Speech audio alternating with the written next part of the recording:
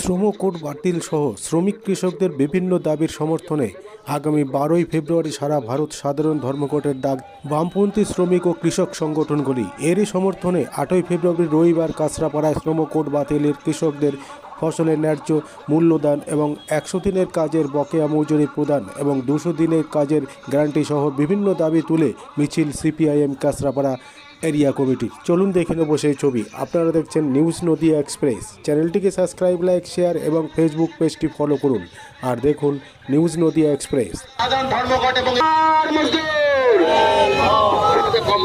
সবাইকে ধন্যবাদ। চলে যাবেন না, কয়েকটা অ্যানাউন্সমেন্ট আছে, শুনে যাবেন। শিল্প ধর্মঘট সফল করুন।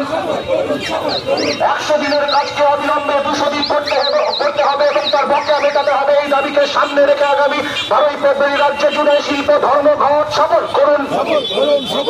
সমস্ত বস্তিবাসী মানুষদের এই যে শ্রম কোড বাতিলের যেই দাবি নিয়ে আপনারা আজকে যে র্যালি করছেন এবং ধর্মঘটের ডাক দিচ্ছেন, কি বলবেন? কি বলবো মানে কি, আপনারা তো দেখলেন যে 4টি সর্বনাশা শ্রম কোড যেটা বিজেপি পরিচালিত কেন্দ্রীয় সরকার লাগু করেছে তা প্রত্যাহারের দাবিতে এবং শ্রমিক কৃষকদের ফসলের ন্যায্য মূল্যের দাবিতে, কৃষি বিল, বিদ্যুৎ বিল বাতিলের দাবিতে এবং 100 দিনের যে কাজের টাকা অন্যায়ভাবে বিজেপি সরকার আটকে রেখে দিয়েছে কেন্দ্রীয় সরকার তৃণমূলের দুর্নীতি ঠেকানোর নাম করে, যাতে করে সাধারণ মানুষ বঞ্চিত হচ্ছে, কৃষকরা গরিব মানুষ গ্রামে। সেই 100 দিনের বকেয়া টাকা অবিলম্বে দিতে হবে এবং 100 দিনের বদলে বছরে 200 দিনের কাজ চালুর দাবিতেই হচ্ছে যে আমাদের সর্বভারতীয় ধর্মঘট হচ্ছে 12ই ফেব্রুয়ারি।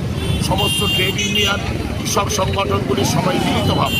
কিন্তু আমাদের রাজ্যে যেহেতু মাধ্যমিক পরীক্ষা, সেই জন্যই সেইটাকে আমরা সর্বভারতীয় ধর্মঘটের পরিবর্তে সারা ভারতে যা হবে সে তার সমর্থন আমরা শিল্প ধর্মঘট এখানে হচ্ছে যে করছেন সমস্ত ট্রেড ইউনিয়নগুলোর পক্ষ।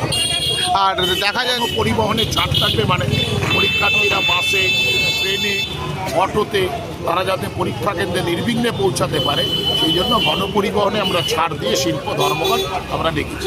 তাহলে যে দেখা যাচ্ছে আনন্দপুরে যে ঘটনাটি ঘটেছিল, যেখানে শ্রমিকদেরকে তালা বন্ধ করে যেভাবে মানে তারা যে মারা গেল, এই বিষয়টা কি চোখে দেখছে? তো রাজ্যে যে সরকার আছে সেই সরকার তো শ্রম স্বার্থ বিরোধী। আপনারা দেখছেন না যে এই সরকারের আমলে যে কোনো শ্রমিকের মৃত্যু ঘটে টাকা দিয়ে তারা হচ্ছে জীবনকে বিক্রি করবার মানে টেন্ডার দিয়েছে তার জন্য। ফলে এটা হবে মোদী সরকারের এই যে জনবিরোধী শ্রম কোড, আমাদের রাজ্যের মুখ্যমন্ত্রী একটা কথা বলছেন, তৃণমূল একটাও রাস্তায় নেমেছেন বলছেন, কারণ দিদি মোদি সেটিং আছে, যাহা 56 তাহাই হচ্ছে 59। আমরা প্রথম দিন থেকেই তাই বলেছি। ফলে যা হওয়ার হচ্ছে, এইটা হয় নাকি যে এই যে মালিক বা মোমোর তার সঙ্গে বিদেশ সফরে গেছে শিল্প আনার নাম করে, আর এমন শিল্প এনেছেন যে গোডাউনে শ্রমিকদের তালা মেরে বন্ধ করে রেখে দিচ্ছেন। এটা হয়? শ্রমিকরা ভেতরে শুয়ে আছে, বাইরে তালা মেরে রেখে দিয়েছে। কোন মধ্যযুগীয় বর্বরতা? আমাদের রাজ্যেই সম্ভব। আবার কি ভোট আসার আগে কি ভাতার সিস্টেম করে চালু করছে নাকি বেকারদের জন্য? ভাতার বা দিয়ে হচ্ছে যে টাকা দিয়ে ভোট কিনতে চাইছেন, কিন্তু এটা আমি মনে করি সমগ্র নারী সমাজকে অপমান করা হচ্ছে, বেকার সমাজকে। কারণ পয়সা দিলেই যে সবাই ভোট দেবেন তা তো না, এটা তো সরকারি টাকা, এগুলো কারোর পারিবারিক সম্পত্তি বা ব্যক্তিগত টাকা কেউ দিচ্ছেন। ফলে আমরা মনে করছি যে ভাতা দিচ্ছেন, কিন্তু তার মানে মহিলারা তো ভোট দিয়ে দেবেন, তা কিন্তু এত বোকা ভাববার কারণ নেই। কারণ প্রত্যেকটি মা ও বোনেদের অভয়ার স্মৃতি মনে আছে, প্রত্যেকটি মার বোনেদের কাছে এই রাজ্যে নারী নির্যাতনের ঘটনা মনে করা আছে, তাদের প্রতিদিনকার চলার পথের সামাজিক সুরক্ষার বিষয়টি জানা আছে।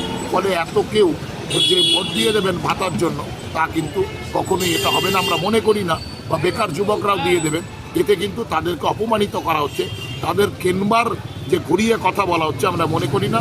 তাতে এরা পণ্য হিসাবে বিক্রি হবে, কারণ প্রত্যেকেরই শুভবুদ্ধি সম্পন্ন, প্রত্যেকেরই বোধ আছে, প্রত্যেকেরই অন্তর আছে, প্রত্যেকেরই হৃদয় আছে। আচ্ছা, ঠিক আছে।